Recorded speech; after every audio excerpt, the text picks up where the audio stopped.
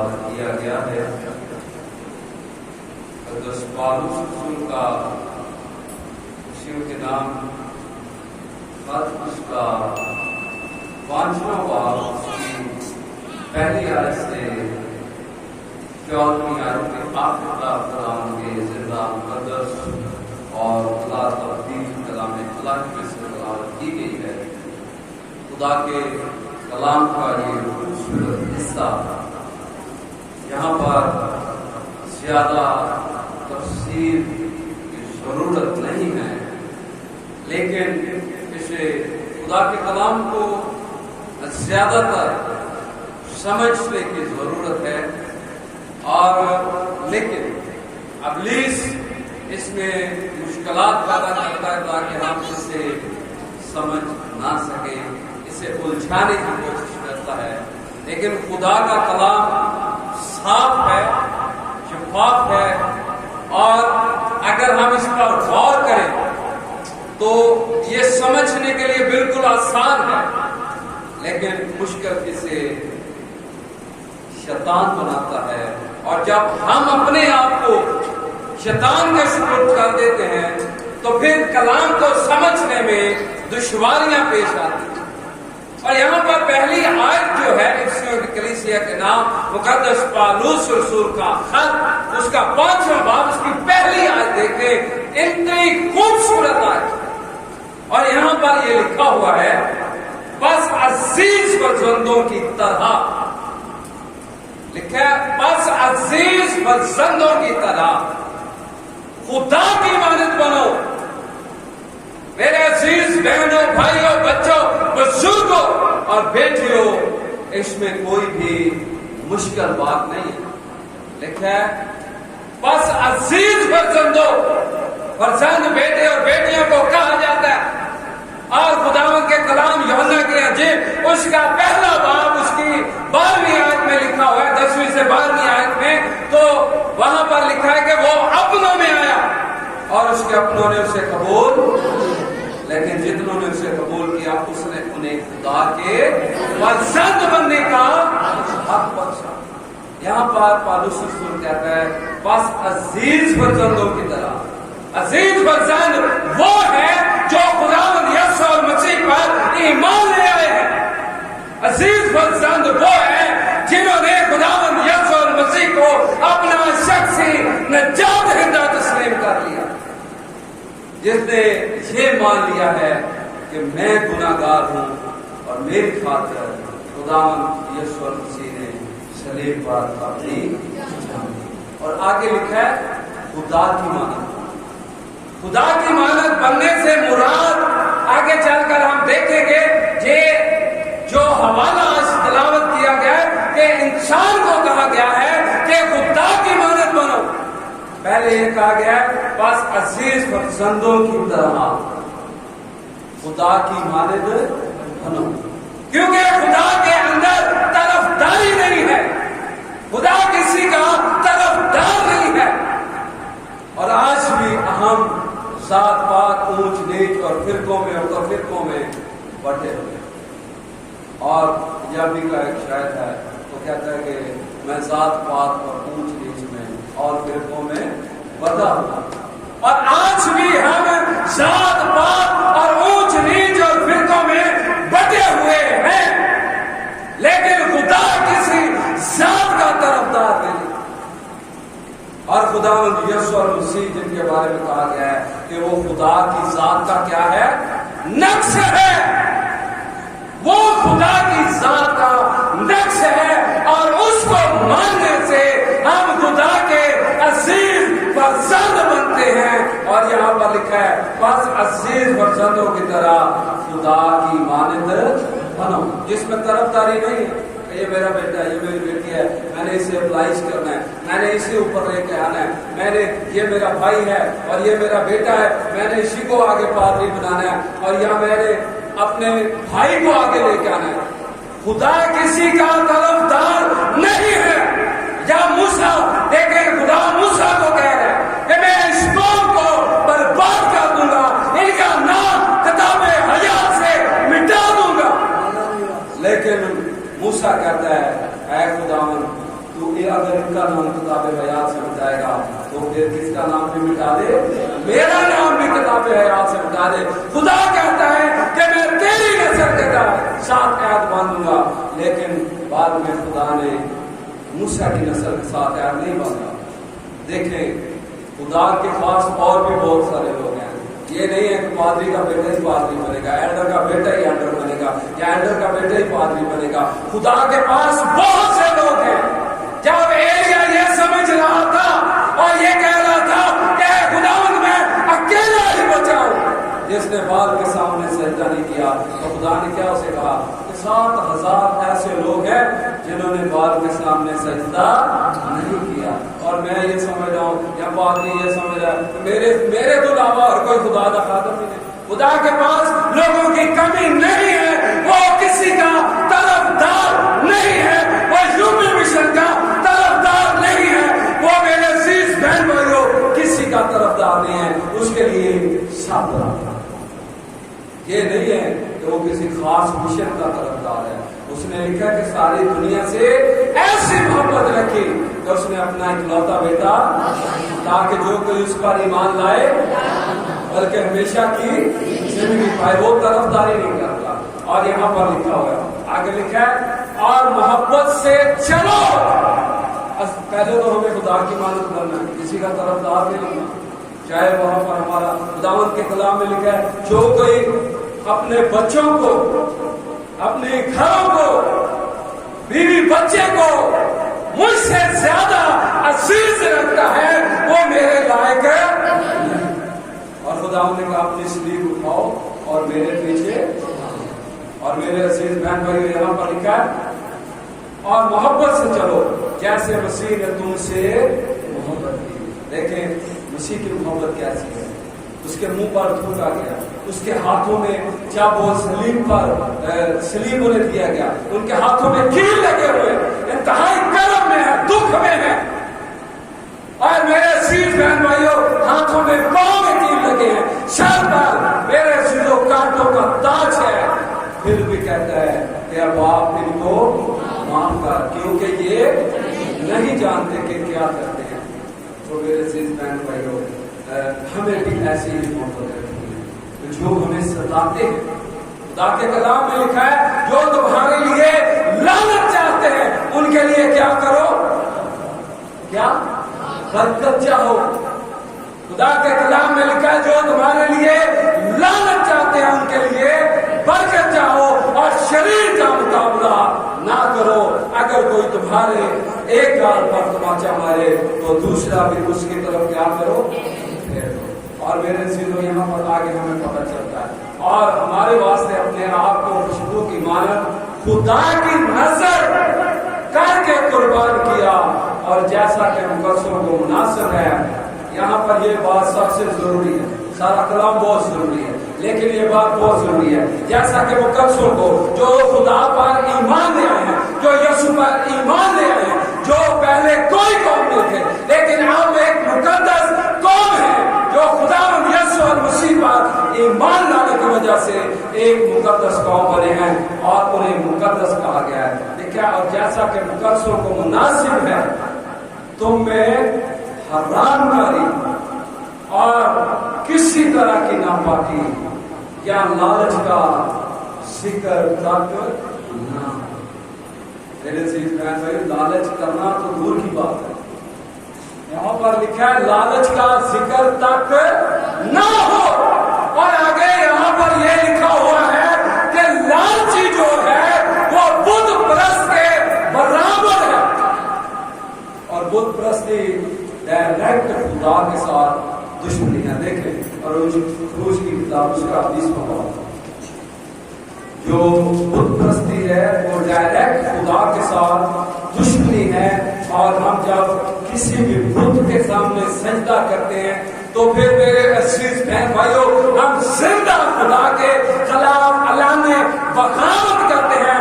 یہاں پر لکھا ہوا ہے میرے عزیزوں 4 آیت سے، خروج کی کتاب اس کا 20واں باب اس کی 4 آیت سے یہاں لکھا ہے تم اپنے لیے کوئی تراشی ہوئی مورت نہ بنانا، نہ کسی چیز کی صورت بنانا جو اوپر آسمان میں یا نیچے زمین پر یا زمین کے نیچے پانی میں ہے، تو ان کے آگے سجدہ نہ کرنا اور نہ ان کی عبادت کرنا، کیونکہ میں خدا تیرا خدا قیوم خدا ہوں، اور جو مجھ سے عداوت رکھتے ہیں ان کی اولاد کو تیسری اور چوتھی پشت تک باپ دادا کی بدکاری کی سزا دیتا ہوں، اور ہزاروں بار جو مجھ سے محبت رکھتے ہیں اور میرے حکموں کو مانتے ہیں رحم کرتا ہوں۔ یہاں میرے عزیز بہن بھائیوں، کوئی بھی بندہ، کوئی بھی شخص جو کسی بھی طرح سے کسی بھی صورت اپنے لیے بنا لیتا ہے، کھوتی ہوئی مورت کو بنا لیتا ہے، وہ ڈائریکٹ خدا کا کلام کہہ رہا ہے کہ وہ مجھ سے عداوت رکھتا ہے۔ اور یہاں پر جو خدا کا کلام کہہ رہا ہے کہ لالچ جو ہے وہ بت پرستی کے برابر ہے۔ اگر ایک بندہ بت پرستی نہیں کرتا تو لالچ کر رہا ہے تو وہ بھی اتنا ہی بڑا گناہ ہے جتنا کہ بت پرستی۔ اور یہاں پر میرے عزیز بہن بھائیوں، مقصروں کے لیے یہ بات لکھی گئی ہے، جیسا کہ مقصروں کو مناسب ہے تم حرام کاری اور کسی طرح کی ناپاکی یا لالچ کا ذکر نہ ہو تم میں، اور نہ بے شرمی، سب ایسی خدا کا کلام اور خدا کسی کا طرفدار نہیں ہے، اور الفاظ کا چناؤ جو ہے، دیکھیں خدا کسی کا لباس بھی نہیں کرتا، چاہے وہ کوئی نبی ہے چاہے کوئی پیغمبر ہے۔ داؤد بادشاہ نے گناہ کیا، اپنے بندہ کو اس کے پاس بھیجا کہ تو نے گناہ کیا۔ خدا کا کلام کسی کا طرفدار نہیں ہے، اور یہاں پر میرے عزیزو ایسے الفاظ استعمال کیے جاتے ہیں اور لکھا ہے کہ نہ بے شرمی اور بےہودہ گوئی اور ٹھٹھے بازی کا، کیونکہ یہ لائق نہیں بلکہ برعکس اس کے شکر گزاری ہو، کیونکہ تم یہ خوب جانتے ہو۔